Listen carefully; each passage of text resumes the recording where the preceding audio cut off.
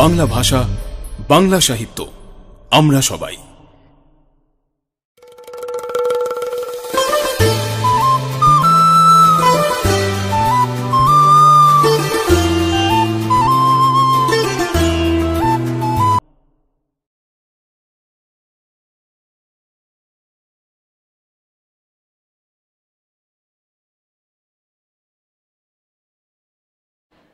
নমস্কার। এপিজে বাংলা সাহিত্য উৎসবের 10ম বছর এবং সেই 10ম বছরের দ্বিতীয় দিনে আপনাদের সবাইকে স্বাগত জানাই। দুপুরে ঠিক এমন একটা সময় যখন মোটামুটি খাওয়া দাওয়ার সময়, এবং খাওয়া দাওয়া নিয়েই একটা অসাধারণ আলোচনা হবে এই প্রত্যাশা নিয়ে আমরা ঠিক এই সময়টাই এই আলোচনাটাকে রেখেছিলাম, যে আলোচনার নাম আমরা দিয়েছি রসে বসে সপ্তপদে।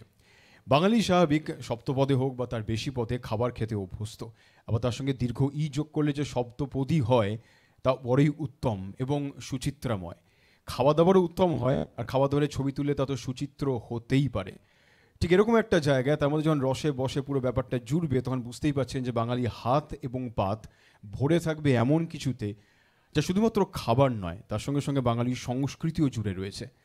আজকের এই রসে বসে সপ্তপদে যারা দুজন মূল ব্যক্তিত্ব যারা আজকে এই আলোচনায় থাকবেন, তাদের পরিচয় দেওয়ার ক্ষেত্রে শুধুমাত্র খাবার নয়, তার সঙ্গে সঙ্গে সংস্কৃতিও বেশ খানিকটা যুক্ত রয়েছে, এবং যুক্ত রয়েছে প্রযুক্তি।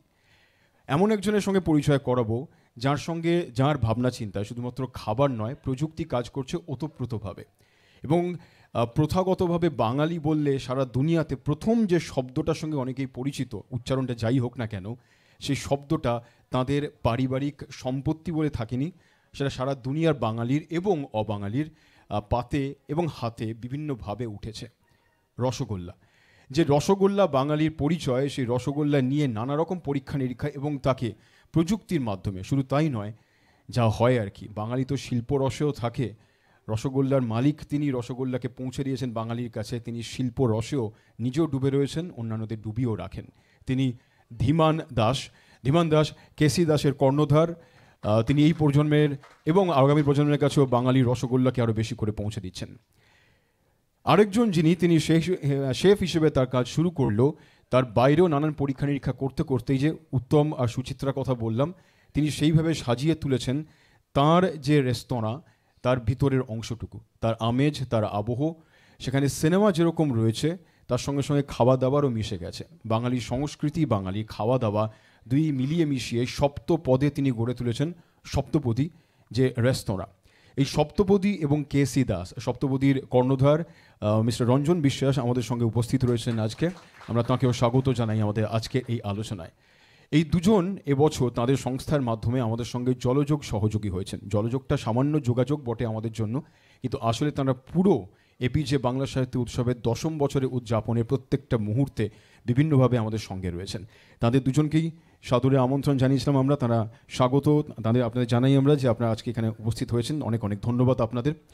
সঙ্গে যিনি রয়েছেন তার পরিচয়ে নামটুকু সম্রাট মুখোপাধ্যায়, তবে নামের থেকে আরও বড়েও তার কাজের পরিচয়। তিনি সাংবাদিক, আজকাল পত্রিকার সঙ্গে যুক্ত, নাট্যকার, নাট্য পরিচালক, গল্পকার, সদস্য পশ্চিমবঙ্গ নাট্য আকাদেমি এবং পশ্চিমবঙ্গ শিশু কিশোর আকাদেমি।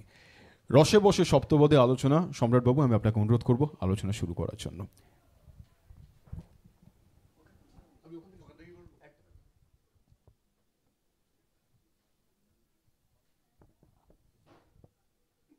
ধন্যবাদ দিয়ে শুরু করতে পারছি না এই জন্যে যে আপনারা এবং আমরা তন্ময়ের কথা অনুযায়ী বুঝতেই পারছেন যে একটা চক্রান্তের মধ্যে ঢুকে পড়েছি।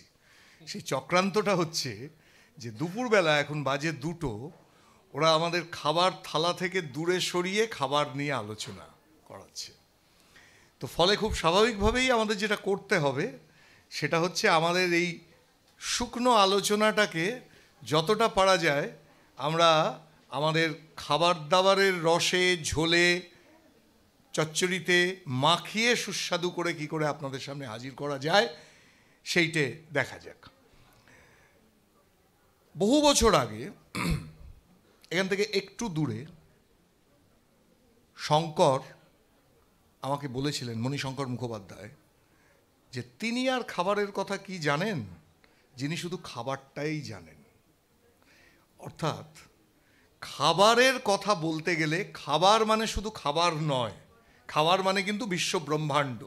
নানান কথা সেখানে আসবে, সেখানে গান আসবে, গল্প আসবে, সিনেমা আসবে, কবিতা আসবে, সাহিত্য আসবে, সিনেমা তো বললাম, ধর্ম আসবে, সব রকম কিছু আসবে। শ্যামল গঙ্গোপাধ্যায় বলতেন প্রায়শই, আমার সৌভাগ্য যে আমি তার সঙ্গে একই অফিসে চাকরি করেছি দীর্ঘদিন, তিনি আমাকে বলতেন যে দেখ, খাদ্যরসিক আসলে জীবন রসিক। ফলে খাবারের আলোচনা বিশেষত আজকে এমন দুজন মানুষের সঙ্গে করতে বসেছি যে দুজন মানুষই কথা গড়াবে, আপনারা বুঝতে পারবেন যে তারা হয়তো তাদের কাজের জায়গা হিসাবে খাবারটাকে বেছে নিয়েছেন, কিন্তু তারা আদ্যন্ত জীবন রসিক দুজন মানুষ। তাদের চিন্তা ভাবনা সমস্ত কিছুর মধ্যে আসলে কোথাও শিল্প, সাহিত্য, সংস্কৃতি, সিনেমা সমস্ত কিছু জারিত হয়। হয়তো সেই কারণেই তাদের পরিবেশিত খাবারটাও এত সুস্বাদু। আপনারা দুজনের কথাই জেনেছেন যে আমার বাঁদিকে যিনি বসে রয়েছেন রঞ্জন বিশ্বাস, যিনি খাবারের সঙ্গে সিনেমাকে আর ইতিহাসকে অদ্ভুতভাবে মিলিয়েছেন, এবং তার যে রেস্তোরাঁ সপ্তপদী, সেটা সত্যি কথা বলতে আপনারা যদি যান কখনো, গেলে আপনাদের মনে হবে যে সেটা শুধু একটা ইটারি হাউস নয়, সেটা একেবারে একান্তভাবে একটি কালচারাল স্পেস, যেখানে সিনেমার গলি দিয়ে গিয়ে আমরা ঢুকে পড়ছি ইতিহাসে। কীরকম আমি সেটা দিয়ে আলোচনা আজকে শুরু করি। যেমন রঞ্জন ওর ওখানে একটি খাবার, মাংসের আইটেম, সেটার নাম রেখেছেন মাংস সিপাহী। এখন এটা কেন রেখেছেন আমি রঞ্জনকে একটু বলতে বলবো। এবং ওর ওখানে যে পদগুলো রয়েছে, সে পদগুলো কোনোটা সঙ্গে চাওয়া পাওয়া সিনেমা, কোনোটার সঙ্গে শিল্পী, কোনোটার সঙ্গে দেওয়া নেওয়া। উত্তম সুচিত্রার এক একটি সিনেমা, এক একটি অধ্যায়। আপনি খেতে বসছেন যখন, একটা টুকরো ভেঙে যখন মুখে তুলছেন, আপনার মনে হবে সিনেমার একটা পাতা যেন আপনি উল্টে গেলেন, একটা দৃশ্যের মধ্যে দিয়ে যেন আপনি ভ্রমণ করলেন। আমি রঞ্জন আগে বলুক যে সিপাহীর ব্যাপারটা, তারপর আমি ওর ব্যাপারে আর একটা ভয়ঙ্কর তথ্য আপনাদের দেবো। প্রথমে নমস্কার আমাকে এই সুযোগটা দেওয়ার জন্য। দেখুন স্যার অনেক কিছুই বললেন। তো এরকম খাবার হচ্ছে এমন একটা জিনিস, যদি আমরা তার সম্বন্ধে না জানি এবং সে তার গন্ধটা যদি না শুকি, বা তার কীভাবে সেটা বানানো হয়েছে সেই এক্সপ্লেনেশন যদি না থাকে আমাদের কাছে, সেটা একটা জাস্ট একটা খাবার হিসাবে থেকে যায়। তো এই মাংসের সিপাই যেই আইটেমটা উনি বললেন, যেটা মাটনের প্রিপারেশন, সিপাই বিদ্রোহের সময় সিপাইরা জঙ্গলে থাকতেন। তো ওনারা অনেক ওফলস মানে হচ্ছে লিভার, কিডনি, হার্ট, মাংসের নিয়ে একটা মাটনের প্রিপারেশন করতেন। তো সেই প্রিপারেশনটা ওনারা যখনই যুদ্ধ করতে যেতেন ওই জিনিসগুলো খেতেন, ওই প্রিপারেশনটা খেতেন। তো এখন রিসেন্ট টাইমে আমরা ওফলস, কিডনি এগুলো খাই না। তো আমরা কি করি, ওই মাংসের কিমা দিয়ে এবং মাংস দিয়ে একটা মাটনের প্রিপারেশন বানাই, ওর সাথে একটা এগ থাকে। তো যেহেতু এটা সিপাই বিদ্রোহের সময় সিপাইরা বানাতেন, তো ওই জন্য সেই জন্য নামটা দেওয়া হয়েছে মাংসের সিপাই। তো এইরকম টাইপের নানা রকম ডিশেস আছে, তো সেগুলো আমাদের মেনুতে ইনসার্ট আছে। তো আমাদের রেস্টুরেন্টে যে থিম সপ্তপদী, তার সম্বন্ধে একটু বলতে চাই। দেখুন, সপ্তপদী হচ্ছে মহানায়ক উত্তম কুমার এবং সুচিত্রা সেনের one of the blockbuster hit movie. তো আমাদের রেস্টুরেন্টের থিম ওটা। আর আমাদের যে রেস্টুরেন্টে খাবার সার্ভ হয়, ধরুন কোনো রেস্টুরেন্টে আপনি যখন খেতে যাবেন, দেখবেন স্টার্টার থাকে, মেইন কোর্স থাকে, ডেজার্ট থাকে, মাটন ডিশ থাকে, চিকেন ডিশ থাকে, ফিশ ডিশ থাকে। তো সবগুলো 7 পদের 7টা করে আইটেম আছে। সপ্তপদ মানে সপ্তপদী। আমরা ওই সপ্তপদীর যেই থিমটা, ইভেন আমরা যে থালিটা সার্ভ করি সেটা 7খানা পদের হয়, সপ্তপদ, সেই জন্য আমরা নাম দিচ্ছি সপ্তপদী। তো এটা একটা ওই রকম থিমে আমাদের বানানো রেস্তোরাঁ। তো মানুষ খাবারের সাথে সাথে ওই নস্টালজিক ফিল আর খাবারের যে হিস্ট্রি যদি একটু পেতে পারে, তো ওইটাই আমরা রাখার চেষ্টা করি। কিন্তু এই হিস্ট্রির মধ্যে দিয়ে ও যত মিষ্টি করে বলল, আসলে ও কিন্তু খুবই একজন ধুরন্ধর মানুষ। কিরাম এবং কি ভয়ানক মানুষ, সেটা হচ্ছে ওর একটা আইটেম হচ্ছে লিচু লঙ্কার পায়েস। আপনি ভাবুন, মানে ঝগড়া বাঁধিয়ে দিতে কিরাম ওস্তাদ। আপনি বসছেন পায়েস খেতে, কিন্তু সেইখানে ও আপনাকে চক্রান্ত করে ঢুকিয়ে দিচ্ছে লিচু আর লঙ্কার মারপিট দেখাতে। এটা সরি টু ইন্টারাপ্ট, এটা একটা হিস্ট্রি আছে, আমি বলছি। বলো। আমার একদিন ঘরে খাবার খাচ্ছি, লঙ্কাকে প্রচণ্ড ঝাল লেগেছে। তো মা বললো ঝাল লেগেছে, একটু দুধ খা। তো আমি দুধটা খাই, তো মানে বিশ্বাস করবেন না, ওই দুধটা খাওয়ার পর ঝালটা কেটে যায়। তখন আমি নিজে প্রফেশনালি একজন শেফ, তো আমি ভাবলাম যে এই দুধ আর লঙ্কাটা একটা মিক্স করা যায়, কিসে ভালো যাবে। তো তখন রেস্টুরেন্টে গিয়ে শেফদের বললাম যে একটা লিচুর পায়েস বানাও, দেখি কেমন হয়। তো ওখানে আমি লঙ্কাটা দিলাম, লঙ্কাটা ক্যারামেল করে দিয়েছিলাম, মানে লঙ্কা ক্যারামেল, আপনারা বাটারস্কচ আইসক্রিম সবাই খান, দেখবেন একটা ক্যারামেল পড়ে, তো ওই লঙ্কা দিয়ে আমরা ওই ক্যারামেলটা বানিয়েছিলাম, দিয়ে ওই লিচুর পায়েসের মধ্যে দিয়েছিলাম। তো ইট কেম আউট ভেরি নাইসলি, মানে খুব ভালো এসছে। তো এখন আমাদের রেস্টুরেন্ট ওইটা সমস্ত থালির সাথে ওই ডেজার্ট হিসেবে ওটা সার্ভ করা হয়। রঞ্জন এইটা ভাবতে পারে, তার কারণ রঞ্জনের একটু শেকড়ে যাই। তার কারণটা হচ্ছে যে রঞ্জন নিজে কিন্তু একজন খুব ভালো রন্ধনশিল্পী, এবং এই যে সাহিত্যের উৎসবে আমরা বসেছি, রঞ্জনকে এখানে ডেকে আনার কারণ কিন্তু রঞ্জন আজ থেকে প্রায় 100 বছর আগে লেখা একটি উপন্যাসের নায়ক। আপনারা সবাই আদর্শ হিন্দু হোটেলের কথা জানেন। আদর্শ হিন্দু হোটেল ছিল সেই রূপকথা যেখানে একজন রন্ধন শিল্পী তিনি আস্তে আস্তে কি করে একজন সফল অন্ত্রপ্রেনারে পরিণত হলেন। রঞ্জনের জার্নিটাও হচ্ছে ঠিক সেই রকম। রঞ্জন, একটু দু লাইন বলো। আমি হোটেল ম্যানেজমেন্ট করি, হোটেল ম্যানেজমেন্ট করে প্রথম চাকরি করি হায়াত, তারপরে তাজ বেঙ্গলে ছিলাম, আইটিসিতে ছিলাম। আমি 25 বছর বয়সে চাকরি ছেড়ে দিই, then have started my own restaurant. তো আজকে কলকাতার বুকে আমাদের কলকাতায় 4টে আউটলেট, একটা গড়িয়াহাট, একটা সল্টলেক, একটা বেহালা, একটা যাদবপুর, আর আমাদের পুরীতে একটা আউটলেট আছে, লাস্ট ইয়ার আমরা খুলেছি। তো আমরা পরিকল্পনা করছি ব্যাঙ্গালোর, দিল্লি, মুম্বাই, এই 3টে জায়গা আমরা করব। তো এরকম করে আমি চাকরি ছেড়ে নিজের রেস্তোরাঁ করি একটাই কারণ, আমি খেতে খুব ভালোবাসতাম, আমি নিজে প্রচণ্ড খেতে ভালোবাসি। আমার ছোটোবেলায় যখন স্কুল, মানে আমাদের ক্লাস 10-এর পরে 3 মাস ছুটি থাকতো, তো বিয়েবাড়ির সিজন থাকতো, তো আমার একটা দাদু কেটারিং করতো, তো ওখানে আমি চলে যেতাম কিছু না খেতে, যে খাবার বেঁচে গেল চলো গিয়ে খাই। তো ওই খাবার থেকে আমার ওই এটা এসছে যে আমি নিজে খাবার ভালোবাসাটাকে প্যাশন করি, প্রফেশন করব। তো আই এম ডুইং মাই। ফলে আজকের আসরে আমরা একবারে খোদ একালের হাজারি ঠাকুরকে কিন্তু এনে হাজির করে দিয়েছি। এইবার আপনাদের মধ্যে কোনো সাহিত্যিক হাজির আছেন কিনা আমি জানি না, সকলকে চিনি না। ওখানে শ্যামলী বসেছিল, শ্যামলী এখন নেই, থাকলে ওকে জিজ্ঞেস করতাম যে তোমার পরের গল্পের নায়ক এই ভদ্রলোককে করবে কিনা। আমার আরও একটা রঞ্জনের ব্যাপারে একটা মজার কথা বলে তারপরে আমি ধীমানদার দিকে যাব। সেটা হচ্ছে যে ও বেছে বেছে, ওর একটা মানে মুখে অস্বীকার করলেও ওর কিন্তু একটা খুব পরিকল্পিত ভাবনা চিন্তার ম্যাপ আছে। ও প্রথম দোকানটা করলো কোথায়? এমন একজন বাঙালি মনীষীর পায়ের তলায়, সেখানে তার পা পড়েছিল, যেখানে যে মনীষী যার সঙ্গে খাওয়াকে আলাদা করা যায় না, তার নাম স্বামী বিবেকানন্দ। ওর প্রথম সপ্তপদীর যে আউটলেট ওখানেই ছিল। তো আমরা ওটা বছর 1.5 চালাই, চালানোর পরে ওটা সামহাও চলেনি, মানে বিজনেসও, মানে তখন আমরা খাবার বানাতে জানতাম, বিজনেসটা কী করে হয় সেটা জানতাম না। তো ওটা আমাদের বন্ধ করে দিতে হয়। তো আমরা বন্ধ করে দিয়ে ওখানে 1.5 বছর বিজনেস করার পরে আমরা ওটা শিফট করি বাঘাযতীনে, এখন সেটা আছে। তারপরে আমরা আরও 4টে আউটলেট খুলি। এবং ওখানে তুমি যে বিবেকানন্দর প্রিয় যে একদম একদম একদম হ্যাঁ। তো আমরা এই রিসেন্টলি একটা ফেস্টিভ্যাল করেছিলাম লেজেন্ডস অফ বেঙ্গল বলে। তো ওখানে একটা আইটেম ছিল, স্বামী বিবেকানন্দ মাটন খেতে খুব ভালোবাসতেন, স্পেশালি যদি আপনারা জানেন গোলমরিচ এবং আদা দিয়ে মাটনটা হয়। তো ওই প্রিপারেশনটা আমরা আমাদের মেনুতে রেখেছিলাম, নাম দিয়েছিলাম আনন্দ মাটন। তো এইরকম আমরা বাঙালি খাবারের সাথে নতুনত্ব দেই, টাচ প্লাস পুরনো হারিয়ে যাওয়া কিছু পদ, তাকে যাতে মানুষ অ্যাকসেপ্ট করে ওই রকম। মানে দেখুন অনেক পদ আছে যেগুলো বইতে রেসিপি হিসাবে ঠিক আছে, বাট কমার্শিয়ালি সাথে অ্যাকসেপ্টেন্স পাওয়াটা ইজ ভেরি ডিফিকাল্ট। মানে ওটাকে অ্যাকসেপ্ট করার জন্য মানুষের টেস্ট বাট বুঝতে হয়, মানুষ কি পছন্দ করে সেটা বুঝতে হয়, সেই রকম ফরম্যাট করে আমরা জিনিসটা আনি। তো আমরা সমস্ত জিনিস ইন্সপায়ার্ড হয়ে বা আমরা দেখে তারপরে নিজেদের মতো করে করি।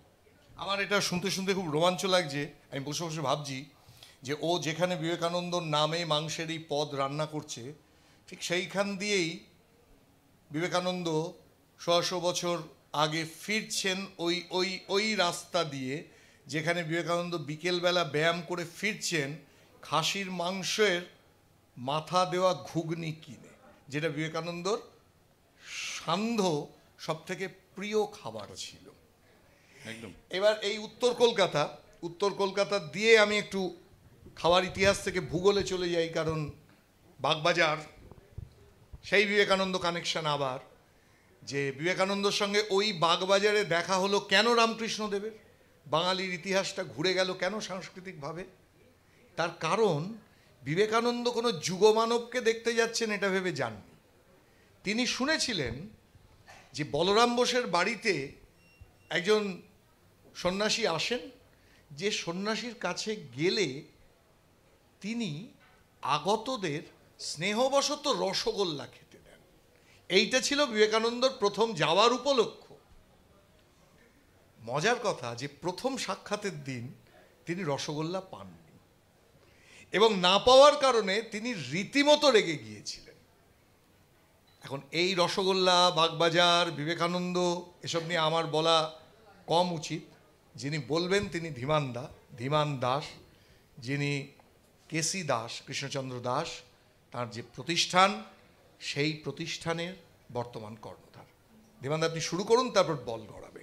নমস্কার সবাইকে। খুব ভালো আলোচনা শুরু হয়েছে। সম্রাটদা, আমি যে কথাটা ভেবেছিলাম বলবো বিবেকানন্দ সম্বন্ধে শুনে, তো সম্রাটদা দেখছি অলরেডি দারুণ হোমওয়ার্ক করেই এসছে, এটা নিজেই বলে দিলেন।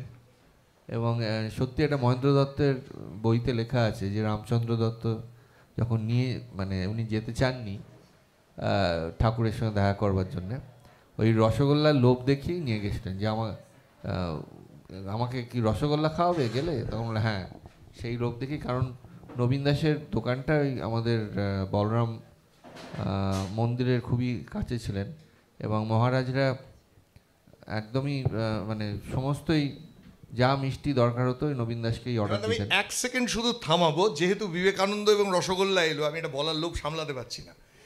দেখুন, এই যে আমরা সর্বধর্ম সমন্বয় বলি, সেকুলারিজম বলি, আমি বাঙালির ইতিহাস পড়ে বুঝেছি রসগোল্লার থেকে সেকুলার, সর্বধর্ম সমন্বয়কারী বস্তু আর কিছু নেই। কেন? তার কারণ হচ্ছে যে রামকৃষ্ণদেবের ওই যে আসরটি বলরাম বোসের বাড়িতে, সেখানে একটা বিচিত্র সমাবেশ হতো, বিচিত্র সমাবেশ। কে বসতেন ওইখানে? আমি 3টে লোকের নাম বলি। একজন হচ্ছেন স্বামী বিবেকানন্দ, তখন নরেন দত্ত, যিনি ব্রাহ্ম সমাজ ভেঙে বেরিয়ে এসে হিন্দু সমাজে ঢোকার চেষ্টা করছেন। দ্বিতীয়জন কেশবচন্দ্র সেন, নববেদান ব্রাহ্ম সমাজের প্রতিষ্ঠাতা। এবং তৃতীয়জন হচ্ছেন গিরিশচন্দ্র ঘোষ, যিনি নিজেকে হিন্দুও মনে করেন না, ব্রাহ্মও মনে করেন না, নিজেকে কালাপাহাড় মনে করেন। এবং মজার কথা, 3জনই রসগোল্লা খেতে অসম্ভব ভালোবাসেন, এবং ওই রসগোল্লার টানে রামকৃষ্ণদেবের ওইখানে যান। আপনি বলুন যে রসগোল্লার থেকে সেকুলার খাদ্যদ্রব্য বাঙালির ইতিহাসে আর আছে কিনা, বলুন দিবালদা। যাই হোক, আমাদের বলরাম মন্দিরেরই রাখাল মহারাজ তিনি বলেছিলেন যে নবনে বেটা আমাদের জিভ কেটে নিয়েছে, সেটা বইতে আছে লেখা। আর পরবর্তীকালে যখন শ্রী শ্রী মা বাগবাজারে গিয়ে থাকা শুরু করলেন আমাদের মায়ের বাড়িতে, তো ওনার নবীন দাসের দোকানের দেদো সন্দেশ সেইটা খুব প্রিয় ছিল, একদম শেষ দিন অবধি ওটা খেয়েছেন। এবং আজও ওনার আরতিতে আমাদের ওই শুধু আমরা দোকানে ওটা বিক্রি করা হয় না, শুধু এই আরতির জন্যই দেদো সন্দেশ করা হয়। এখনও আরতিতে এই দেদো সন্দেশ দেওয়া হয় দুবেলায়। তো যাই হোক, এটা তো গেল ঠাকুরের কথা, স্বামীজির কথা। ঠাকুরের আরেকটাও কথা আছে, আমাদের উত্তরপাড়া কোনো মহাসভায়, হিন্দু মহাসভায় গিয়ে ওই রসগোল্লা খেয়ে সমাধিস্থ হয়েছিলেন। তো ওনার যখন জ্ঞান ফিরল, তখন শিষ্যরা জিজ্ঞেস করতে উনি বললেন যে যখনই রসগোল্লায় কামড় দিয়েছি, তার রস গলায় ছিটকে যেতেই আমি ব্রহ্মজ্ঞান লাভ করেছি, তাই জন্যেই সমাধিস্থ হয়েছিল। খাবার নিয়ে রামকৃষ্ণদেবের দৃষ্টিভঙ্গি কিরম ছিল এটা বলি, এটা শুনতে শুনতে মনে পড়ছিল। সেটা হচ্ছে যে উনি খুব মজা করে বলতেন যে দেখো বাপু, ঈশ্বরের কি মহিমা, গাছের অতখানি মাথার ওপরে সূর্যের তলায় সারাদিন ধরে পুড়ে পুড়ে থাকে ডাব, অথচ তার জল পেটে গেলে ঠান্ডা। আর জলের 20 হাত নিচে থাকে ইলিশ মাছ, সেইটা তুলে তুমি যদি খাও তো তোমার পেট গরম হয়। খাবার নিয়ে এই ছিল ওনার দৃষ্টিভঙ্গি। এবং মজার কথা হচ্ছে যে শুধু তো রামকৃষ্ণদেব নন, আমি যেটাকে আজকের দিনে সমাজতাত্ত্বিকরা কলোনিয়াল কালচার বলেন, সেই কলোনিয়াল কালচারেরও একটা অংশ কিন্তু কেসি দাস প্রতিষ্ঠানগতভাবে আত্মীকরণ করেছিল। এবং সেটা নিয়ে ধীমানদা বলবেন যে কেসি দাসের রসগোল্লা কিন্তু, ওই যে আমি শুরু করেছিলাম যে শঙ্কর আমাকে বলেছিলেন যে খাবারের বিষয়ে সে আর কি জানে, যে শুধু খাবারই জানে। কারণ কেসি দাসের সবথেকে মিষ্টি জিনিস যেটা আমার মনে হয় সেটা হচ্ছে রসগোল্লার প্যাকেজিংটা। প্রথম একেবারে চোখে যেটা রস এনে দেয় সেটা হচ্ছে কেসি দাসের ওই অসামান্য প্যাকেজিংটা, তার লেবেলিং, তার সামান্য একটু পেন্সিল ড্রয়িংয়ে অনেকখানি জীবন ধরে দেওয়া, তার যে পুরনো লেটার প্রেসের হরফে তার গায়ের যে লেখা, এই গোটা প্যাকেজিংটা, এইটা কিভাবে এলো ধীমানদা? এটা রসগোল্লা তো সৃষ্টি হয় 1868 সালে, কিন্তু রসগোল্লার সব থেকে বড় ডিসঅ্যাডভান্টেজ যেটা আজও আছে, যে মানে লুজ রসগোল্লা বড় জোর 8 ঘন্টা 10 ঘন্টা থাকে, গরমে তো আরও কম। তো সে তখনকার দিনেও সেটাই ছিল, মানে কলকাতার বাসিন্দারা রসগোল্লা খেতে পারতেন, বাইরে খুব একটা রসগোল্লা যেত না। তো তখন আমাদের এই যুদ্ধের সময় আমাদের ব্রিটেন থেকে অনেক ক্যান ফুড আসতো, মেনলি ফ্রুটস আসতো। তাই তার থেকেই কৃষ্ণচন্দ্র দাস, মানে নবীন দাসের একমাত্র পুত্র, ওনার চিরকালই ওনার ব্যবসায় খুব একটা ইন্টারেস্ট ছিল না। উনি নিজেও এই যেটা আজকে আরজিকর মানে আমাদের মেডিকেল কলেজ, সেটা ধরুন ক্যালকাটা স্কুল অফ মেডিসিন ছিল, সেখানে উনি 2 বছরের কোর্স করেছিলেন, হোমিওপ্যাথি কোর্স করেছিলেন, কিন্তু কোনোদিন প্রফেশনালি করেননি। তা উনি চিরকালই একটা কিছু, মানে ওনার মধ্যেও ওই ইনভেনশনের একটা, ইনোভেশনের একটা ছিল তাগিদ সব সময়। তো তাই থেকেই উনি ভেবে দেখলেন যে যদি টিনে ওটা ভ্যাকিউম প্যাক করা যায় তাহলে তো ভালো হয়। তো ওনার কনিষ্ঠ পুত্র, মানে আমার ঠাকুরদাদা শারদাচরণ দাস, তখন রাজাবাজার সায়েন্স কলেজে স্যার সিবি রামানের আন্ডারে রিসার্চ অ্যাসিস্ট্যান্ট ছিলেন। তা ওনাকে রিকোয়েস্ট করেন যে আমার সঙ্গে তুমি এই প্রজেক্টটা করে আমরা আলাদা করে এটাকে প্রমোট করব। তা উনি ব্যবসা করে প্রথম ওই কৃষ্ণচন্দ্র দাস কনফেকশনার্স নাম দিয়ে দোকান করা হয়। এবং আপনারা যেটা জানেন না, আমি একটু ধরিয়ে দিই ধীমানদাকে, যে আমি নিজেও এটা জানতাম না একজন সাংবাদিক হিসাবে, সেটা হচ্ছে যে এই যে রসগোল্লাটা আপনাদের সামনে আসে, আপনারা ভাবেন যে কি সুন্দর একটা নিরীহ নির্দোষ একটি জিনিস, কিন্তু এই রসগোল্লারও ভেতরে কিন্তু অনেক পেঁচালো ব্যাপার আছে। কত সেন্টিগ্রেডে এই রসগোল্লা ঠিক থাকবে, ঠিক থাকবে না, বা এর ছানার মিশেলটা কেমন হলে এটা ঠিকভাবে রসটাকে আত্মীকৃত করতে পারবে, রসগোল্লাও কিন্তু নিজে মনে মনে এই যত্নটুকু চায়। এবং সেইটার জন্যে ধীমানদাদের একটা ল্যাবরেটরি আছে, এটা অনেকেই আমরা জানি না, আমিও জানতাম না। এবং আমি শুনে এটা বিস্মিত হয়ে গেলাম যে সেই ল্যাবরেটরিতে এটা নিয়ে গবেষণা হয়, এবং সেই গবেষণা লব্ধ জ্ঞানের আবার পুনর্নবীকরণ হয়, অর্থাৎ কাল যেটা ছিল আজকে সেটা বদলে যায়, এই নতুন নতুন ফরম্যাটটা আসে। এটা একটু বলুন ধীমানদা। হ্যাঁ, আমাদের মানে আমার ঠাকুরদাদা যেহেতু ওনার একটা রিসার্চ ব্যাকগ্রাউন্ড ছিল, 1941 সালেই একটা উনি রিসার্চ সেন্টার করেন বাগবাজারেই। তো সেখানে মেনলি দুধ নিয়ে কাজ হতো, দুগ্ধজাত মিষ্টান্ন, এবং দই নিয়েও খুব কাজ হয়েছে। দইয়ের, কেন উনি বিদেশে গিয়ে দেখেছিলেন যে ইয়োগার্ট নিয়ে খুব একটা আমাদের দইয়ের সঙ্গে মিল আছে, ইয়োগার্ট অনেক রকমের পাওয়া যায় ফ্লেভারের। তা সেইটা দইতে কি করে করা যায়, এবং তখনকার দিনে ওই বিফিডাস কালচার নিয়ে উনি ট্রাই করেছিলেন, যেটা খুবই মানে ভালো এনজাইম, মানে শরীরের পক্ষে ডাইজেস্টিভ এনজাইম খুব ভালো। তা যাই হোক, তারপরে যখন দুধ বন্ধ হয়ে যায়, মানে ছানা কন্ট্রোল অর্ডার হলো, মিল্ক কন্ট্রোল অর্ডার, তখন সয়াবিনের ছানা দিয়ে আমরা মিষ্টি তখন চেষ্টা করা হয়েছিল করার। এবং পরবর্তীকালে তো আবার সেই আইন বদলে যায়, আবার ছানায় ফিরে আসা হয়। কিন্তু ব্যাঙ্গালোরে আমার যে কাকা, এখনও উনি আমাদের সিএমডি, প্রায় 90 বছর বয়স ওনার, কিন্তু খুবই অ্যাক্টিভ। উনি তখন প্রপারলি একটা ভালো করে ল্যাবরেটরি করলেন, যেটা অ্যাফিলিয়েটেড টু ব্যাঙ্গালোর ইউনিভার্সিটি আর রেকগনাইজড বাই গভর্নমেন্ট অফ ইন্ডিয়ার ডিএসআইআর আর কি। সেইখানে কিন্তু প্রচুর স্টুডেন্টরা কাজ করতে শুরু করলো এবং অনেকে প্রায় থিসিস সাবমিট করে ডক্টরেট করেছেন ওই আমাদের ল্যাবরেটরি থেকে।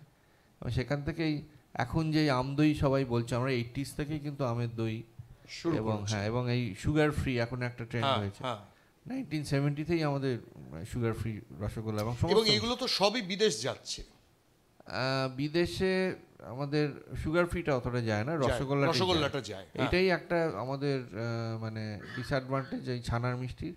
রসগোল্লা ছাড়া বাকি আর কিছুই আমরা প্যাকেজিং আজ পর্যন্ত করে উঠতে পারি। কিন্তু রসগোল্লাটা ভাগ্যিস মানে পাঠাতে পারেন। কেন পাঠাতে পারেন ভাগ্যিস বললাম? কারণ আমাদের এই খাবারের দিক থেকে সমৃদ্ধশালী হওয়ার কিন্তু একটা ভয়ঙ্কর বিপদ আছে। একটি নাম বলি আপনাদের, এতক্ষণ তো ভালো ভালো মানুষদের নাম বলছিলাম। Vasco da Gama. আপনারা জানেন ভাস্কো ডা গামা কেন ভারতবর্ষে এসেছিল? মশলা, একদম। কি নাম আপনার? মশলা। কালিকট বন্দরে ভাস্কো ডা গামা উত্তম আশা হয়ে তিনি এসেছিলেন হচ্ছে শুধুমাত্র মশলার জন্য। এবং আপনাদের একটা হিসেব বলি, আপনারা অবাক হয়ে যাবেন যে উত্তম আশা অন্তরীপ ঘুরে যখন ভারতবর্ষে এলেন উনি কালিকট বন্দরে 17খানা জাহাজে করে উনি নিয়ে গিয়েছিলেন মশলা। এবং এই এক একটি জাহাজে কি পরিমাণ মশলা নিয়েছিলেন শুনুন। 1500 টন গোলমরিচ এক একটি জাহাজে, 17টা জাহাজ মিলিয়ে নয়। 28 টন আদা, 7 টন লবঙ্গ এবং 9 টন দারুচিনি। মানে এটা শুনে মানে পড়ে আমার প্রথমেই যেটা মনে হয় যে তার মানে কালিকটের আশপাশের যে মানুষ তাদেরকে দীর্ঘদিন শুধু সেদ্ধ খাবার খেতে হয়েছিল। তো ভাগ্যিস আমি এই কথাটা উল্লেখ করলাম এই কারণে যে এই রসগোল্লাকে বিদেশে পাঠানোর ব্যবস্থা ওনারাই তৈরি করে দিয়েছিলেন। তা না হলে কোন দিন দেখা যেত যে এই বাগবাজার গঙ্গার ধারে এইখানে স্টিমারের পর স্টিমার এসে লাগছে এবং ভাস্কো ডা গামার মতো এক চোখে কালো কাপড় পরা জলদস্যুর দল তারা এসে হানা দিচ্ছে ওনাদের বাড়িতে। ওই বাড়িতে কিন্তু একটা ভয়ঙ্কর জিনিস আছে, সেটাও আমি সেই রহস্যটা আজকে এখানে ফাঁস করাবো এই জন্য যে সেটা শুনলে আপনারাও ঈর্ষান্বিত হবেন। ওই বাড়িতে রসগোল্লার ফর্মুলা ছাড়াও আরেকটি মারাত্মক জিনিস আছে, যামিনী রায়ের। আপনি নিজে মুখে বলুন ওটা। হ্যাঁ, যামিনী রায় তো বাগবাজারেই থাকতেন আগে, আনন্দ চ্যাটার্জি লেনে। কিন্তু তখন মানে ওনার আর্থিক অবস্থা খুবই খারাপ ছিল। আর আমার ঠাকুরদাদা চিরকালই একটু আর্ট, মিউজিক, কালচারের ওপর একটা ফ্যাসিনেশন ছিল এবং কিছুটা ওনাকে তখনকার দিনে সাহায্য করার জন্যেই একটা রামায়ণের সিরিজ করিয়েছিলেন। আমাদের একটা বড় লম্বা ঘর আছে, হল ঘর বলি, তো সেইখানে ওই মনোপর্বটা উনি আমাদের বাড়িতেই একটা ঘরে ওনাকে স্টুডিও করে দেওয়া হয়েছিল। সেখানে আসতেন, এসে ওই 17টা সিরিজ করেছেন, এখনও রাখা আছে এরকম করে 17টা অরিজিনাল প্রিন্ট যামিনী রায়ের।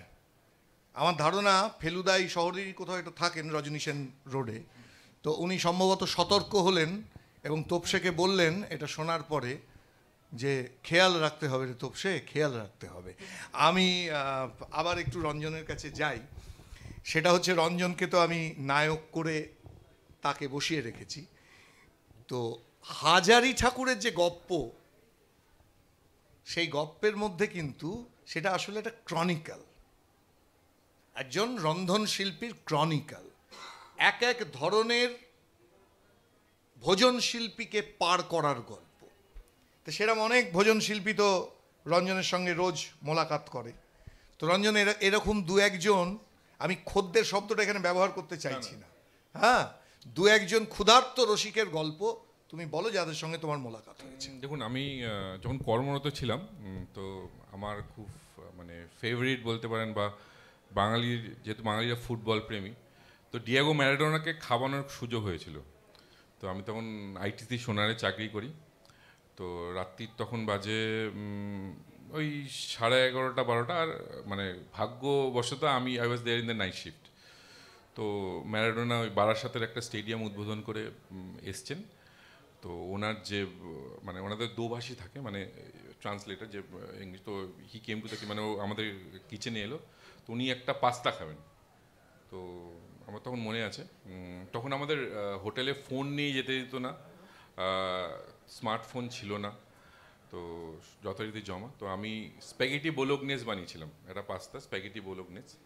তো ওটা ওনার রুমে, খুব নার্ভাস ছিলাম যে ডিয়েগো ম্যারাডোনা, মানে আমি যখন পরীক্ষা দিতাম স্কুল কলেজে, আমার ক্লিপ বোর্ডে ম্যারাডোনার ছবি থাকতো, মানে আমি খুব মানে একদম তাকে আমি সামনে দেখছি, প্লাস তাকে তার খাবারটা নিয়ে গিয়ে তার রুমে নিয়ে গেছে, রুম সার্ভিস, তার সাথে সাথে আমি গেছি। তো উনি খেলেন, খেয়ে দিয়ে ওনার যে দোভাষী ছিল ফোন করলো রেস্টুরেন্টের রুম সার্ভিসে, কল দ্য শেফ। তো আমি ওনাকে দেখার সুযোগ হয়েছিল, পায়ে হাত দেওয়ার সুযোগ হয়েছিল, কিন্তু ছবি তোলার কোনো সুযোগ ছিল না, কারণ তখন মোবাইলের কোনো মানে নিয়ে ঢুকতে দিত না আমাদের রেস্টুরেন্ট হোটেলে। তো মানে উনি আমাকে জড়িয়ে ধরেন, but it was very nice, মানে খুব ক্ষুধার্ত ছিলেন অ্যাকচুয়ালি। ল্যাটিন আমেরিকান মেজাজের শার্টটা কি মানে ওই না। তো ওটা আমার জীবনে খুব বড় একটা পাওনা। তারপরে রিসেন্টলি এমিলিয়ানো মার্টিনেজ কলকাতায় এসেছিল, তো ওনাকে আমি চিতল মুইটটা খাইয়েছি নিজের হাতে। তো এরকম অনেক অভিজ্ঞতা আছে। তো সেরকম আমি ওর কথা শুনে এটা আমার আজকে বলার প্ল্যানের মধ্যে ছিল না। আমাকে এই গল্পটা ধীমান দত্ত, আমার কাগজের সহকর্মী ছিলেন, বলেছিলেন এটা মজার গল্প এই ফুটবলারদের খাওয়ানো। সেটা হচ্ছে যে চিমা ওকেরি যখন কলকাতায় এলেন প্রথম, তো তখন খুব মেজাজে থাকতেন। সেই সময় চিমা ওকেরিকে যারা দেখেছেন তারা জানেন, মাঠে আগুনের গোলা, ছোটেন, একটা বিরাট বিপুল চেহারা, শট নেন, আর মারাত্মক ইয়েতে সবসময় রেগে থাকতেন। এবং 2-3টে ম্যাচ অন্তর লাল কার্ড দেখা অবধারিত। গোল করতেন এবং লাল কার্ড দেখতেন, মানে কোনটার সংখ্যা কোনটার চেয়ে বেশি গুণে বলতে হবে। তো সেই সময় পিকে ব্যানার্জি, তিনি খেলোয়াড়দের মন মেজাজ মর্জি বুঝে ম্যানেজ করার মাস্টার। তো তিনি অনুসন্ধান করতে লাগলেন যে কি ব্যাপার, চিমা নানান কিছু করে দেখেছে, মানে চিমার মেজাজ কিছুতেই কন্ট্রোল করা যায় না। তো তখন উনি একদিন জানতে পারলেন যে চিমার কলকাতার খাবার কিছুতেই পছন্দ হচ্ছে না, কিছুতেই পছন্দ হচ্ছে না। উনি নাইজেরিয়া থেকে রেসিপি বুক আনালেন এবং ওনার স্ত্রী আরতিদি, তাকে উনি সেই বই পড়তে দিলেন। এবং আরতি ব্যানার্জি ওই নাইজেরিয়ান রান্না বাড়িতে প্র্যাকটিস করে করে সপ্তাহ দেড়েক পরে বললেন, হ্যাঁ ঠিক আছে, এবার খানিকটা ধাতে এসছে, তুমি বলতে পারো। চিমা ওকেরিকে বাড়িতে সান্ধ্য আমন্ত্রণ জানালেন পিকে ব্যানার্জি যে তুমি এসে তোমার দেশের রান্না খেয়ে যাও। খেলো এবং একাধিক ক্রমে পরপর 3 দিন খাওয়ার পর চিমার মেজাজ কমল। ফলে এই যে খাওয়া, এই যে ভাগ করে নিয়ে খাওয়া, এটা একটা খুব খুব সাংঘাতিক ব্যাপার। আপনারা একটা কথা জানলে খুব অবাক হবেন, অক্সফোর্ডে এটা মানে কান মুলে বলছি, সেটা হচ্ছে যে অক্সফোর্ডের বিখ্যাত যে কম্প্যানিয়ন বুক, আমরা পরিচিত সবাই তার সঙ্গে, এই যে কম্প্যানিয়ন এই কথাটার সঙ্গে পর্যন্ত খাবারের একটা যোগ আছে। ল্যাটিনে প্যানিস কথাটার মানে হচ্ছে রুটি। কম মানে হচ্ছে, যার থেকে কমিউনিটি কথাটা এসেছে, এটা তার একদম আদি রূপ, যে সবাই মিলে। তো কম্প্যানিয়ন হচ্ছে প্যানিসকে কমের মধ্যে ভাগ করা, সকলে মিলে খাওয়া, এই যে যৌথ ভাবনা। খাবারের মজাটাই হচ্ছে এই ভাগ করে খাওয়া এবং গোটা পরিবারের সংস্কৃতি মিশে যাওয়া। কমল কুমার মজুমদার আপনারা সবাই নাম জানেন, আপনারা শুনলে অবাক হবেন যে কমল কুমার মজুমদার, তিনি দয়াময়ী মজুমদার যাকে বিয়ে করেছিলেন, আমরা দয়াময়ীর বই পড়েছি কমল কুমার সম্পর্কে এবং আমরা আইডিয়াল দম্পতি বলে জানি কমল কুমার এবং দয়াময়ীকে। কিন্তু মজার কথা হচ্ছে জানেন দয়াময়ীকে কেন কমল কুমার পছন্দ করেছিলেন? দয়াময়ীকে পছন্দ করেছিলেন, দয়াময়ীর বাড়িতে যখন পাত্রী দেখতে যান কমল কুমার, তিনি দেখেছিলেন শাশুড়ি খুব চমৎকার লুচি বেলে এবং ভাজে, এই বাড়ির জামাই হওয়া অত্যন্ত লাভজনক। এর জন্যে দয়াময়ী এবং কমল কুমারের বিবাহ হয় এবং সেই বিবাহেও ওই রকম একটি রাজ্যটক তুল্য দম্পতির জন্ম দেয়। আমি ধীমানদাকে জিজ্ঞেস করব যে এই যে এখন শুনি যে একটা চালু কথা যে এখনকার ছেলেমেয়েরা নাকি মিষ্টি পছন্দ করে না, বা তারা যে ধরনের মিষ্টি পছন্দ করে তার ধরনটা, প্যাকেজিংটা অন্যরকম, এটা আপনার অভিজ্ঞতা কীরকম? আমার তো একদমই উল্টো অভিজ্ঞতা, কারণ ঠিক এই প্রশ্নটা দুদিন আগেই আমাদের 14ই নভেম্বর গেছে, যেটা চিলড্রেন্স ডে বলে আমরা জানি, ডায়াবেটিস ডেও, আবার সেটা আবার রসগোল্লা দিবসও। তা যেহেতু সেই দিন আমরা জিআই পেয়েছিলাম রসগোল্লার, মানে রসগোল্লার নবজন্ম হয়েছিল, সেই জন্য আমরা সেটাই রসগোল্লা দিবস হিসেবে পালন করা হয়। তো যাই হোক, সেদিন ধর্মতলার দোকানে আমাদের, শুধু তাই নয়, মানে জয়েসকে যদি মানি, জয়েস বলেছিলেন যে যদি কোনোদিন এই ডাবলিন শহরটা পুরো ধ্বংস হয়ে যায় তাহলেও লোকে আমার ডাবলিনার্স পড়ে ডাবলিন শহরটা কি ছিল বুঝতে পারবে। যদি কোনো একদিন, ঈশ্বর না করুন, কলকাতা শহরের সব ইতিহাস মুছে যায়, শুধু এই ইতিহাসটুকু জেগে থাকবে যে রসগোল্লা খেয়ে কলকাতার মানুষের ডায়াবেটিস বৃদ্ধি হয়েছে। এইটাও কিন্তু একটা ভুল কথা। মিষ্টি খেলে কখনো ডায়াবেটিস হয় না। ডায়াবেটিস, হ্যাঁ না, ডায়াবেটিস আমি একটু বলে নিই যখন সুযোগ পেয়েছি, এবং ডাক্তাররা নিজেরাই বলেছেন যে রসগোল্লা একমাত্র মিষ্টি যেটা ডায়াবেটিক রুগীরাও খেতে পারেন দিনে একটা, কেন তাতে সব থেকে মানে চিনির পরিমাণ সব থেকে কম থাকে, হালকা। তো যাই হোক, তাই এরকমই আপনারই মতন একজন আমাকে সেদিনেও ইন্টারভিউ নিচ্ছিলেন একটি নিউজ চ্যানেল থেকে, এবং ভাগ্যক্রমে দোকানে তখন আমি বললাম যে বা এই প্রশ্নটা আপনি নিজেই উত্তর দেখুন, চতুর্দিকে একটু চোখটা ঘোরান। আর সত্যি কথা বলতে যতজন বসেছিলেন প্রত্যেকে 25 থেকে 35-এর মধ্যে, তার ঊর্ধ্বেও কেউ নেই, মানে বাচ্চারা অবশ্য আছে। আমি তাতেই তো উত্তর পেয়ে গেলেন যে আমার দোকানে মানে এই মুহূর্তে প্রায় 50 জন মতন কাস্টমার ছিলেন, তাতে কিন্তু একজনও 35-এর ঊর্ধ্বে নয়। এর থেকে আর বড় উত্তর, তার মানে মিষ্টির ভবিষ্যৎ অত্যন্ত উজ্জ্বল। এবং আমরা সাধারণভাবে যে ধারণাটা পোষণ করি যে এখন সবাই ডায়েটিংয়ের পরিমাণ বৃদ্ধি পাওয়ায়, খুব গুরুত্বপূর্ণ দুটো কথা ধীমানদা বললেন, যে এক, রসগোল্লা সব থেকে কম মিষ্টির মিষ্টি, আর দুই, যে এই ডায়েটিংয়ের প্রচণ্ড প্রকোপের মধ্যে বসেও রসগোল্লার প্রতি আকর্ষণ কিন্তু একটুও কমেনি। আমি একটু বলে নিই, এই যেমন ডায়েটিংয়ের কথা হচ্ছে, সবসময় মিষ্টির ওপরেই মানে কোপটা পড়ে, কিন্তু যে কোনো ভদ্রমহিলাকে এখন জিজ্ঞেস করুন বিরিয়ানিতে আলু ছাড়া খাবেন তারা? আলুতে কিন্তু গ্লাইসেমিক ইন্ডেক্স সব থেকে বেশি রসগোল্লার থেকেও, 93, মানে চিনিতে অনেক কম, কিন্তু আপনি আলু ছাড়া বিরিয়ানি ওনাদের দিলে মারামারি করে দেবেন রেস্টুরেন্টে। সেবেলা কিন্তু ব্যাঙের ছাতার মতন বিরিয়ানির রেস্টুরেন্ট তাহলে গড়ে উঠতো না যদি সবাই এরকম ডায়েটিং করতেন। বাঙালি খেতে ভালোবাসে, খেয়ে মরে যাব তাও ভালো, কিন্তু খেয়ে যাব। আমার এক ইরানি বন্ধু এই ব্যাপারে এই ঠিক একই রকম আমার স্মৃতিতে এলো। আমার এক ইরানি বন্ধু আমাকে বলেছিলেন যে এই যে আমি তাকে এইটা জিজ্ঞেস করেছিলাম আড্ডায়, যে আচ্ছা এই যে এখন তো সব খাবার দাবারের সব ধরন বদলে যাচ্ছে, তো তোমাদের কাবাব খাওয়া কি নতুন প্রজন্মের মধ্যে কমেছে? তো সেও আমাকে একইভাবে বলেছিল, না না, কারণ কাবাব কথাটার জন্ম হয়েছে কিভাবে জানেন? সেটা হচ্ছে কাম আব, অর্থাৎ সব থেকে কম জলে ওইটে রান্না হয়, ফলে ওটা শরীরের জন্য ভীষণ উপকারী। ফলে নিশ্চিন্তে নতুন প্রজন্মের ছেলেমেয়েরা তারা কিন্তু কাবাব খায়। ফলে যে কোনো এথেনিক ফুড, আমি এটা দিয়ে এবার যে কথাটা আসতে চাইছি, যে কোনো এথেনিক ফুড আসলে কিন্তু কোথাও একটা সে ঠিক নিজেকে অভিযোজিত করে রাখে বলে সেই জন্যেই হয়তো এত বছর ধরে সেটা চলছে। সস একটা সামান্য ছোট্ট জিনিস, আপনারা শুনলে খুব অবাক হবেন যে এই যে সস, এই সসের মধ্যে তার যদি উৎসে আপনি যান, সস কথাটার মানে হচ্ছে রোমান ভাষায় এক রকমের আনন্দ। অর্থাৎ আমরা যখন খেতে বসছি আমরা আনন্দকে মিশিয়ে নিয়ে খাচ্ছি।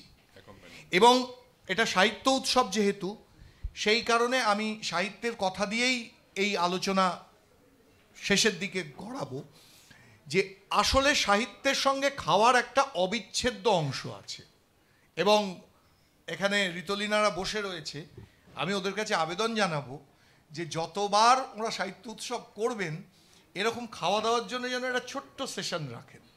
কারণ সাহিত্যের মূল কথা হচ্ছে সহিতত্ব, কমিউনিকেশন, এবং তার মূল রস হচ্ছে আনন্দ।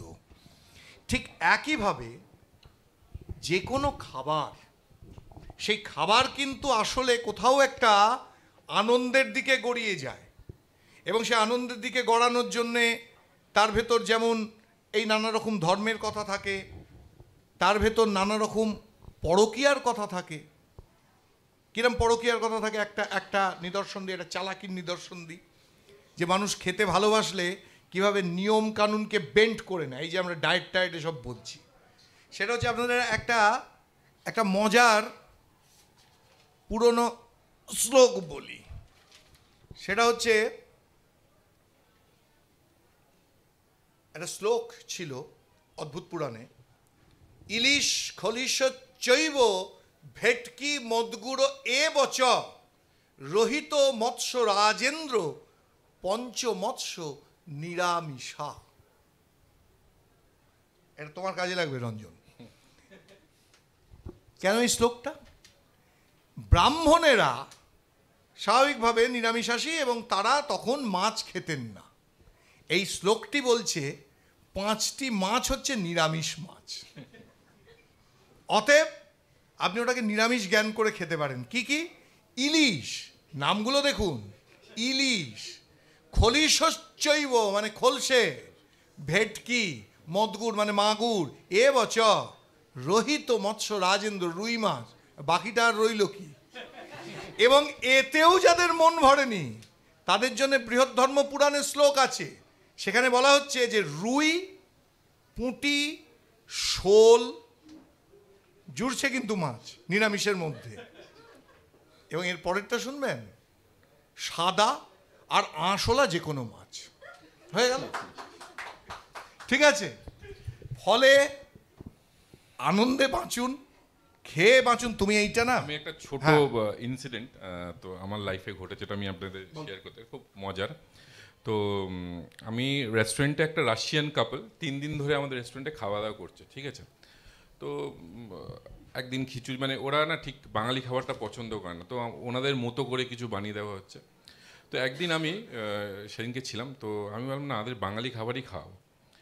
তো লুচি কষা মাংস বানিয়ে, দুটো কাপ, মানে এক ভদ্রলোক লুচি আর কষা মাংস বানিয়ে নিয়ে গেছে। বলছি এটা হাত দিয়ে খেতে হবে, স্পুন ফোক দিয়ে খেতে হবে। সে মানে কিছুভাবে খেতে পারছে না, বাঁ হাত দিয়ে লুচি ছিঁড়ছে, ডান হাত দিয়ে এ করছে। তো খেয়ে যখন ফার্স্ট বাইটটা নিল, ভদ্রমহিলা খেয়ে আমাকে জড়িয়ে ধরে কিস করছে। তো ইট ওয়াজ, মানে ওনার হাজব্যান্ড আমাকে বলছে আই এম ফিলিং জেলাস। তো মানে একদম, তো মানে খাবার হচ্ছে এমন একটা জিনিস না, মানুষকে আপনি কোনো ধরুন আপনার কাজ হচ্ছে না বা কোনো জায়গায় আপনি খুব টেন্সড হয়ে আছেন, ভালো খাবেন বা ভালো রান্না করবেন বাড়িতে গিয়ে, দেখবেন রান্নায় কি হয়, 4-5টা জিনিস আপনার খুব কাজ করে। যেমন স্মেল পাবেন খুব সুন্দর, যেমন মাংসটা ধরুন আপনি এক্সপেক্ট করছেন মাংসর মতো গন্ধ, আপনার এক্সপেকটেশন ফুলফিল করেছে। মাছের মতো গন্ধ, এক্সপেকটেশন ফুলফিল। আপনি যদি ঝাল বানাতে চান, লঙ্কার যখন গুঁড়ো দিচ্ছেন লাল কালারটা লাল কালারই আসবে, আপনার এক্সপেকটেশনটাকে কিন্তু ফুলফিল করছে, তখন মন খুশি হয়ে যায়। আমরা অখুশি হই কেন? যখন আমাদের এক্সপেকটেশন মিট হয় না। তো রান্না হচ্ছে এমন একটা জিনিস আপনার সমস্ত এক্সপেকটেশন মিট করে দেবে। তো আমি সবসময় বলি ভালো রান্না করবেন, ভালো খাবেন, সুস্থ থাকবেন। এইটা বলার পর আমি একটা ছবি দেখানো, আমি নিয়ে এসেছিলাম ছবিটা, দেখানোর লোভ সামলাতে পারছি না। এটি কার্টুন, দেবাশিস দেবের আঁকা। দেখুন, এই কার্টুনের তলায় লেখা আছে ভালো আর্টিস্ট এবং ভালো কুকের মধ্যে কোনো পার্থক্য নেই। ওই যে সস, আনন্দ ঢালা হচ্ছে, ঠিক আছে? এবং ওই কড়াইতে ও যেটা বলতে চাইলো, এটা হচ্ছে সেই ছবিটা যে কড়াইতে একটা ক্যানভাস তৈরি হচ্ছে। আর একটা কার্টুন এনেছিলাম, সেটা ওর কথার পেছনে কার্টুন দিলে, ছবি দিলে ধীমানদা মারতে পারে যে আমার মিষ্টির জন্য কিছু রাখলে না। এই বাগবাজার রামকৃষ্ণদেবের প্রিয় আরেকটি খাবার, পেট পুড়ে জিলিপি খেলে পুনর্জন্ম হয় না। এটা বাগবাজার এবং দক্ষিণেশ্বরের লোক বিশ্বাস করে। আন্দ্রে মরোয়া, আপনারা সবাই নাম শুনেছেন, ফরাসি সাহিত্যিক। তার ছেলে জেরাল্ড মরোয়া, তিনি একটি অসামান্য লেখা লিখেছিলেন। সে লেখাটার নাম ছিল লাভ অন দ্য প্যালেট, জিভের ওপরে ভালোবাসা। তো এই গোটা যে আনন্দ উৎসবটা, এই যে কার্নিভালটা, এই কার্নিভালটা হচ্ছে সেই কার্নিভাল। এবং এই কার্নিভালের মধ্যে এই যে বললাম যে রঞ্জনকে যেটা বলছিলাম যে রঞ্জন, তুমি ওই যখন একটু মাছ খাওয়া দেখবে কম, বাঙালির যে তিথিতে নিরামিষ ভক্ষণ লেখা আছে পাঁজিতে, তুমি ওই টাঙিয়ে দিতে পারো যে পুরোনো দিনের বামুনরাও এই রকম প্ল্যান প্রোগ্রাম করে খেতেন। আমি বিবেকানন্দর গল্প দিয়ে শেষ করি, যেটা দিয়ে শুরু হয়েছিলাম। এটা অন্য শেষ ভেবেছিলাম, কিন্তু যেহেতু বিবেকানন্দ দিয়ে শুরু হয়েছে, রসগোল্লার গল্প তো গোলে এসে শেষ করি।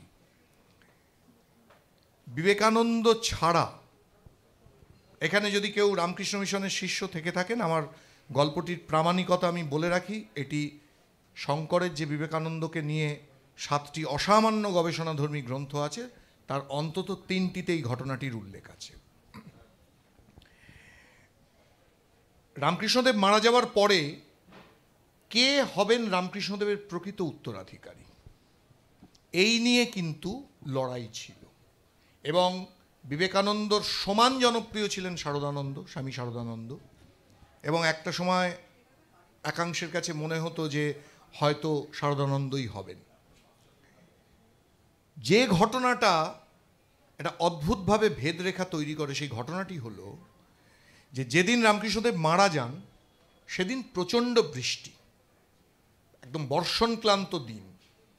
ফলে রামকৃষ্ণদেবকে দাহ করতে অনেক রাত হয়ে যায় এবং চিতার আগুন সেটাও ধিকি ধিকি করে জ্বলে। প্রায় মাঝরাত পেরিয়ে যখন ওরা ফেরেন বরানগর আশ্রমে, তখন খিদের জ্বালায় বিবেকানন্দ ছটফট করছেন। বিবেকানন্দ শুধু খেতে ভালোবাসতেন না, বিবেকানন্দ খিদের প্রকোপে অসম্ভব কষ্ট পেতেন। এবং এটা সেই সময়, আজকের রামকৃষ্ণ মিশন নয়, সেই সময় রামকৃষ্ণ মিশন, যে সময়ে সন্ন্যাসীরা যাতে বেশি ভাত না খেয়ে ফেলেন, এতটাই অর্থভাব বরানগর আশ্রমে যে যাতে বেশি ভাত না খেয়ে ফেলেন, সেই জন্যে তারা ভাতটা খান মানকচুর পাতায়, যে যাতে খানিকটা খাওয়ার পর শেষ দিকে গিয়ে গলা কুটকুট করে, আর বেশি ভাত খাওয়ার সামর্থ্য না থাকে। ছটফট করছেন বিবেকানন্দ এসে যে কিছু আমাকে খেতে হবে, না খেলে আমি এখানেই মরে যাব। তখন শারদামার মনে পড়ল যে একটা খাবার আছে, সেটা কি? 2টি ডিম সেদ্ধ। 2টি ডিম সেদ্ধ কেন করেছিলেন? যে ঠাকুর শ্রীরামকৃষ্ণদেবের জন্যে, তাকে শেষ সময়ে মাংসের সুরুয়া, ছোট মাছ, ডিম সেদ্ধ এগুলো খাওয়ানোর বিধান দিয়েছিলেন ডক্টর মহেন্দ্রনাথ দত্ত। তো সেই 2টো ডিম সেদ্ধ আছে। সেটা বলা মাত্র স্বামী বিবেকানন্দ বললেন যে ওটা এনে দাও আমাকে, আমি খাবো। সেই 2টো ডিম খেলেন। এবং রামকৃষ্ণ মিশনের পুরনো ভক্তদের অনেকের বিশ্বাস যে ওই যে ঠাকুরের জন্য রেখে যাওয়া ডিম সেটা খেলেন স্বামী বিবেকানন্দ, ওইটা কোথাও একটা সংযোগ সূত্র তৈরি হলো। এই যে মিথ, এই যে বাঙালির যে কোনো কিছুর মধ্যে খাবারের গল্প ঢুকে পড়া, আবার এটাও বাঙালি ভুলতে পারে না যে স্বামী বিবেকানন্দ মৃত্যুর দিন ইলিশ মাছ খেয়েছিলেন। বাঙালি ভুলতে পারে না যে বিভূতিভূষণ বন্দ্যোপাধ্যায় মারা গিয়েছিলেন সিঙাড়া খাওয়ার পরে। তো এটা শুরু হলো, যদি এপিজে উৎসব আবার ডাকে আমাদের, আবার আমরা এই গল্পের আসর বসাবো। আপনাদের সকলকে ধন্যবাদ। যদি এক লাইন করে ধীমানদা এবং বলে নিতে চান বলে নিন রঞ্জন। এবং আপাতত আমরা আজকের বল এই অবধি গড়ালাম। এবং যদি আপনাদের সরাসরি করে প্রশ্ন রঞ্জনবাবুকে এবং ধীমানবাবুকে আলাদা করে করে প্রশ্ন থাকে ওদের কাজ নিয়ে বা ওদের প্রতিষ্ঠান সংক্রান্ত, আপনারা সরাসরি জিজ্ঞেস করতে পারেন। মানে রসগোল্লা বলি বা সপ্তপদী নিয়ে যদি নির্দিষ্ট কোনো প্রশ্ন থাকে আপনাদের জিজ্ঞেস করতে পারেন। কারো কোনো প্রশ্ন? হ্যাঁ, রসগোল্লা দিবসের এটা জিআই ট্যাগটার পর কমার্শিয়ালি এবং আর এটা কিন্তু ব্যাঙ্গালোরে আপনাদের শুধু আছে, কিন্তু অনেক শহরে রসগোল্লার মানে জনপ্রিয়তাটা অসম্ভব, এবং অবাঙালিদের মধ্যে বিশেষ করে অন্য মিষ্টির তুলনায়। সেটাকে বাণিজ্যিকভাবে উদ্যোগটাকে হ্যাঁ, আমাদের মানে ক্যান্ড রসগোল্লা তো সারা ওটা তো ইন্ডিয়াতে যায়, কিন্তু আমাদের যেটা আমি যে প্রসঙ্গটা ওনার সঙ্গে আলাদা আলোচনা হয়েছিল কিন্তু এখানে বলার সুযোগ পাইনি, আমাদের কিন্তু অ্যাজ সাচ ওই ভিএন নয়, মানে যেগুলো দোকানের পেছনে লাগোয়া থাকে, মানে কারখানা যেগুলো বলে, আমাদের কিন্তু প্রপার ফ্যাক্টরি যেখানে আমাদের বয়লার আছে। মানে আমরা প্রথম এই ইন্ডাস্ট্রিতে আমার ঠাকুরদাদা বয়লার ইনস্টল করেন এবং আমাদের স্টিম কুকিং হয়, আমাদের কোনো আগুনের ব্যবহার নেই, কোনো গ্যাসের ব্যবহার নয়। এবং সেইটা একটা কোথাও করতে গেলে তার আজকালকার মানে এখনকার দিনে একটা হিউজ ইনভেস্টমেন্ট। তো যাই হোক, তাও আমাদের চেষ্টা আছে বম্বে দিল্লিতে স্প্রেড করার, কিন্তু মেন র মেটেরিয়াল হচ্ছে দুধের যদি আমরা একটু ভালো যোগান কোথাও পাই সেখানে নিশ্চয়ই আমরা যাব। জিআই ট্যাগটা তো গভর্নমেন্টের ব্যাপার, এবং তাদের অনেক কিছু প্ল্যান অলরেডি হয়ে আবার আমলারা আবার চেঞ্জ হয়ে যান, ব্যাস সেখানে আবার বন্ধ হয়ে যায়। অনেকটা কাজ এগিয়েছিল কিন্তু আবার এখন একটু বন্ধ আছে।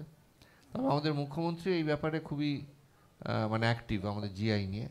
কারণ কদিন আগেও ওনার সঙ্গে একটা মিটিং হয়েছে, উনি পার্সোনালি বললেন যে মিষ্টি দই নিয়েও আপনারা কেন জিআই অ্যাপ্লাই করছেন না। সেটা চেষ্টা চলছে যে মিষ্টি দইয়ের ওপর অলরেডি আমাদের 19 তারিখে মিটিং আছে জিআই কমিটির সঙ্গে। জল ভরা সন্দেশ, সাদা বোঁদে, যেটা আবার ঠাকুর আর শ্রী শ্রী মায়ের খুবই পছন্দ সাদা বোঁদে, এবং ওটা কামারহাটিতেই, জয়রামবাটি কামারহাটিতেই বেশি ফেমাস, সেইটারও আমরা জিআই নিচ্ছি। এরকম কিছু ছানা বড়া, কিছু কিছু যেগুলো প্রায় লুপ্ত প্রায় মিষ্টি, সেগুলোর জিআই নিয়ে আবার নতুন করে তাদের যাতে একটু প্রমোট করা যায় চেষ্টা করা হচ্ছে। সপ্তপদী নিয়ে কারো কোনো প্রশ্ন?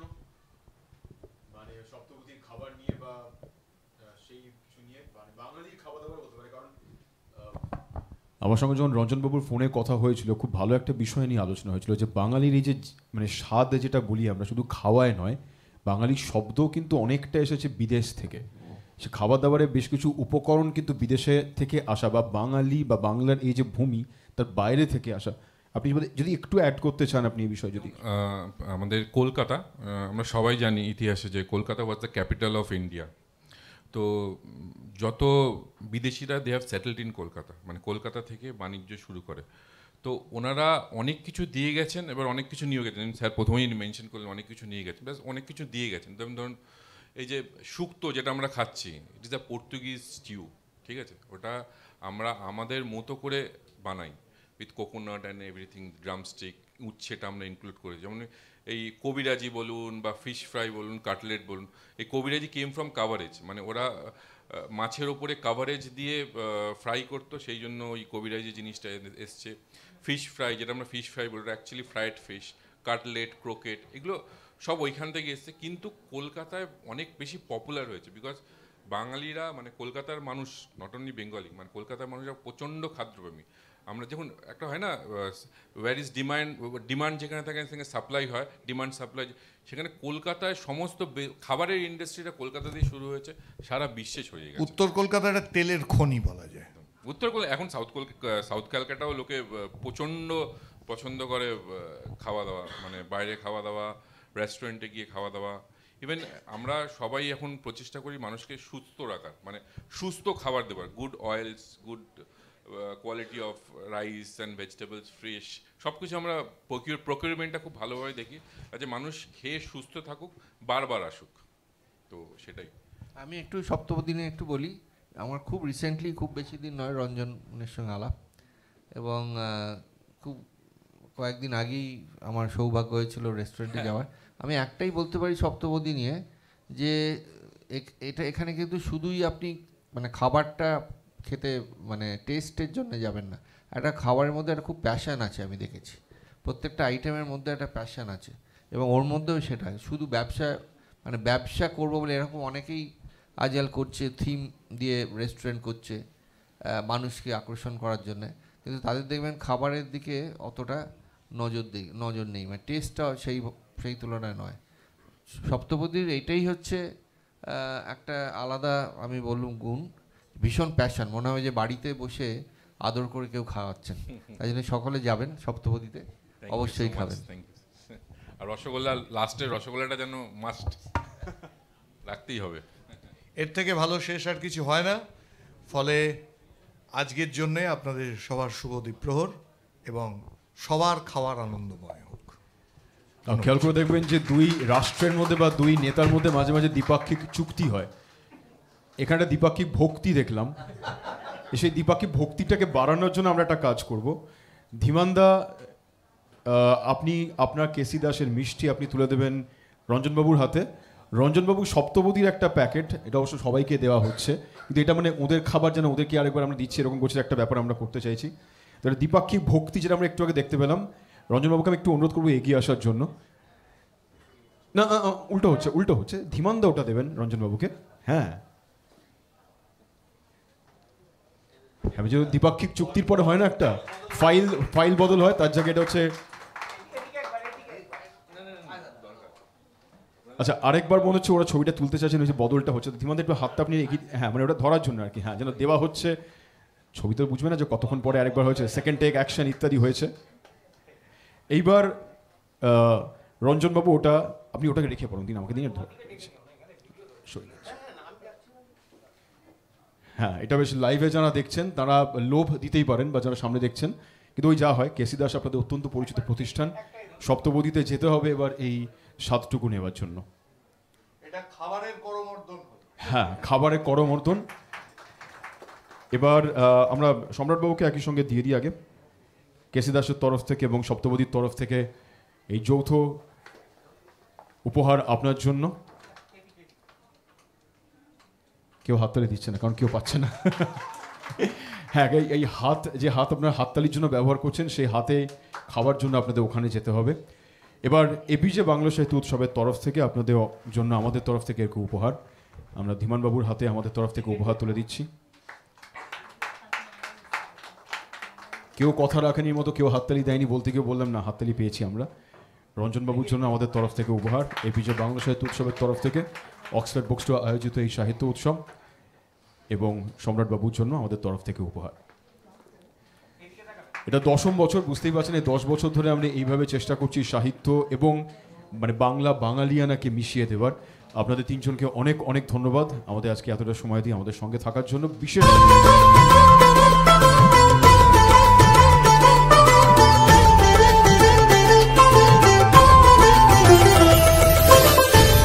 বাংলা ভাষা, বাংলা সাহিত্য, আমরা সবাই।